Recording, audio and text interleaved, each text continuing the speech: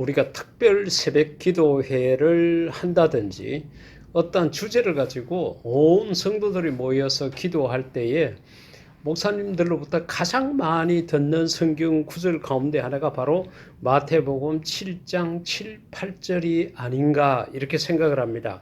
구하라 그리하면 너희에게 주실 것이요 찾으라 그리하면 찾아낼 것이요 문을 두드리라 그리하면 너희에게 열릴 것이니 구하는 이마다 받을 것이요 찾는 이는 찾아낼 것이요 두드리는 이에게는 열릴 것이니라.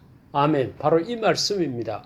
그래서 우리가 기도를 할 때 이런 믿음을 가지고 기도하는 것이 참 중요하다라는 것을 여러 가지 측면에서 우리가 경험하고 또 듣고 있습니다.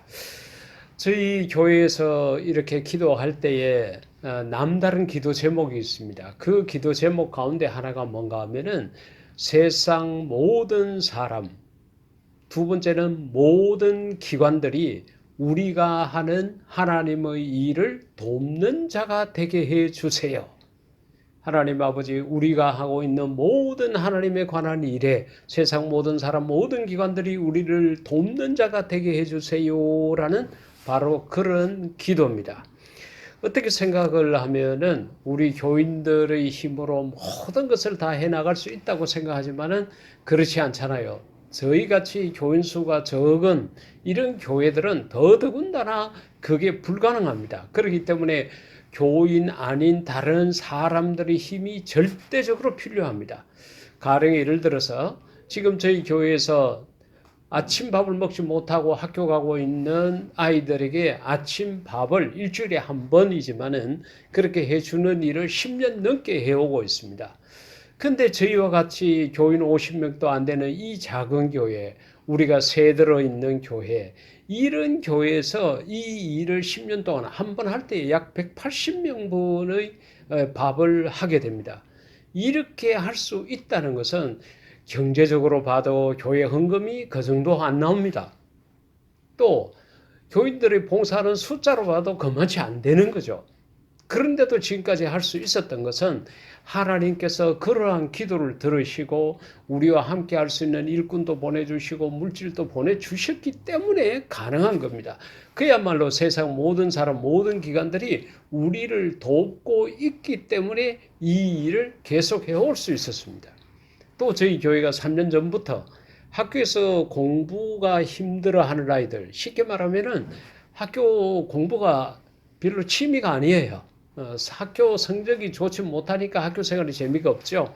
그냥 나는 막 재미없다. 그냥 이 공부하는 기간만 넘기고 졸업만 하자. 이렇게 지내면 괜찮는데 공부에 대한 관심이 없고 그러니까 다른 곳에다가 관심을 두고 그런 가운데서 때로는 학교 폭력의 주인공이 되기도 하고 가정에서는 문제아가 되기도 하고 때로는 그것 때문에 가출을 일삼고 심지어는 극단적 환경까지 가는 그러한 아이들도 있습니다. 그래서 이 아이들을 하나님 사랑으로 한번 품어보자. 이 아이들이 공부하지 못한다는 것 때문에 학교로부터 부모로부터 친구들로부터도 인정받지 못하고 존재감이 아주 미약한 아이들인데 이 아이들을 하나님 사랑으로 품어보자 해가지고 시작한 것이 청소년 힐링 센터입니다. 학교에서 가르쳐 주지는 않지만은 공부 외에 하나님께서 우리 각 사람에게 주신 달란트를 찾아줘서 이 아이가 공부는 못하지만 운동을 잘하고 노래를 잘하고 춤을 잘 추고 커피를 잘 만들고 뭐 여러 가지 것들을 이렇게 프로그램을 진행해서 나는 공부는 못하지만 이런 것은 잘할 수 있네 하는 그러한 자부심도 심어주고 그를 또 격려하고 칭찬해서 자존감을 높여줘서 청소년기를 건전하게 잘 보낼 수 있도록 하자는 것이 주된 취지입니다. 근데 이런 힐링센터를 하기 위해서 저희 교회가 건물 하나를 임대를 하고 거기에 월세를 넣고 이렇게 지금 이제 3년이 지났는데 이렇게 할 수 있었던 것도 앞에 말씀드린 청소년 아침 무료급식하고 똑같습니다. 교회 다니지 않는 사람, 심지어 우리가 모르는 사람들의 손길이 모아져서 지금까지 그러한 일들을 잘 감당하고 있습니다. 특히 청소년 힐링센터에서는 지금 이제 새롭게 새해와 더불어서 계획하고 있는 것 중에 하나가 청소년 바리스타 교육입니다. 학교 생활 힘들어하는 아이들에게 바리스타 교육을 시켜서 그들이 적성에 맞다 그러면은 자격증을 딸 수 있도록까지 도와주고 나아가서는 아르바이트 삼아 처음에는 취업을 하고 나중에 그것이 자기 적성에도 맞고 잘한다고 생각하면은 그게 자기 직업이 될 수도 있겠죠. 이러한 바리스타 교육도 계획을 하고 있는데 이것을 두고 하나님 앞에 기도하고 사람들을 만나고 하는 과정에서 하나님께서 또 모든 사람이 돕게 하셨어요. 심지어는 서울에 있는 어느 나름대로 유명한 커피 학교가 있더라고요. 매스컴도 많이 타고 언론에도 많이 보도가 된 그러한 커피 학교인데 그 학교에서 저희 경사안에다가 분교를 세우고 또 여기에 커피 바리스타 교육에 필요한 기계도 지원해주고 강사도 서울에서 내려와주고 하는 그런 모든 것들이 일사천리로 진행되는 것을 봤습니다. 이런 모습들을 보면서 세상 모든 사람, 모든 기관들이 우리를 돕는 자가 되게 해달라고 기도하는 것이 이렇게 중요하구나 하는 것을 경험하고 있습니다. 얼마 전에는 저희 청소년 아침 무료급식센터에 경찰을 한 대 지원을 받았습니다. 어떤 분이 이미 경찰을 5년 전에 한 대 지원을 받아가지고 경차가 있음에도 불구하고 본인이 자꾸 경찰을 기증하고 싶다고 해서 그분이 돈을 1,700만 원, 그러니까 나 이제 차를 가장 좋은 것을 빼라고 그와 같이 이야기를 하길래 그냥 청소년 아침 무료급식센터에는 중간치 사양되는 것만 해도 됩니다. 그러니까 차량 등록비, 보험금까지 본인이 다 부담을 해가지고 한 1,700여만 원의 돈을 들여가지고 저희들에게 차를 기증을 해주셨어요. 근데 그분이 교회 다니는 사람 아니에요. 제가 개인적으로 잘 아는 분도 아닙니다. 그분은 오히려 종교는 불교에 가까운 사람이에요. 그런데 그분이 그렇게 저희한테 차량을 기증을 하고 기증할 때도 정말로 등록비하고 보험료까지 다 감당하는 그런 모습을 봤습니다. 그런가 하면은 일주일에 한 번씩 특별한 요일에 모여서 술을 먹고 지내는 그런 아주 재미나게 어떻게 보면 세상을 살아가는 사람들의 모임이 있습니다.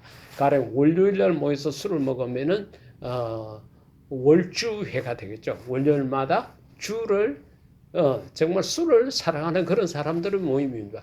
근데 이 단체에서도 어떻게 저희들을 알고서는 다른 사람을 통해서 이야기를 듣고서는 몇 년 전부터 지금과 같은 연말이 되면은 100만 원씩 200만 원씩 이렇게 했는데 금년에는 어렵다고 그러면서 250만 원이나 저희들에게 지원을 해 주신 거예요.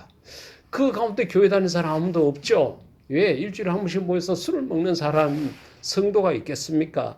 그럼에도 불구하고 그들이 우리를 돕는 거예요. 최근에는 어느 조그마한 기업을 하시는 분이 전화가 왔습니다. 목사님, IMF 때문에 회사가 참 어렵습니다. 많이 돕지는 못하겠습니다. 얼마를 보냈는데 아이들을 잘 좀 챙겨주십시오. 그래요. 이분도 역시 1년에 한두 차례씩 100만 원씩 200만 원씩 저희를 돕는 분입니다. 그런데 이분이 그렇게 말씀하시길래 제가 법인에다가 전화를 해서 우리 후원 계좌가 얼마가 들어왔느냐고 물어보니까 500만 원을 넣었다는 거죠. 그래서 제가 지금 말씀드린 분들은 다 교회를 안 다니시는 분이고 우리 교회하고는 아무 상관이 없고 심지어는 앞서 말씀드린 것처럼 일주일에 한 번씩 만나서 술을 즐기는 그런 아주 세상적인 사람입니다. 그런데 그런 사람들이 우리가 하나님 이름으로 하는 여러 가지 일들에 돕는 자가 되고 협력자가 되고 협찬자가 되고 있다는 것은 놀라운 것입니다. 왜 이런 일이 생길까요? 앞서 말씀드린 마태복음 7장 7, 8절의 말씀처럼 우리가 기도 속에서 구하고 찾고 두드렸기 때문에 그렇습니다. 그것도 세상 모든 사람, 모든 기관들이 우리를 돕는 자가 되게 해달라고 기도했는데 그 기도에 대한 하나님의 응답하심인 것입니다.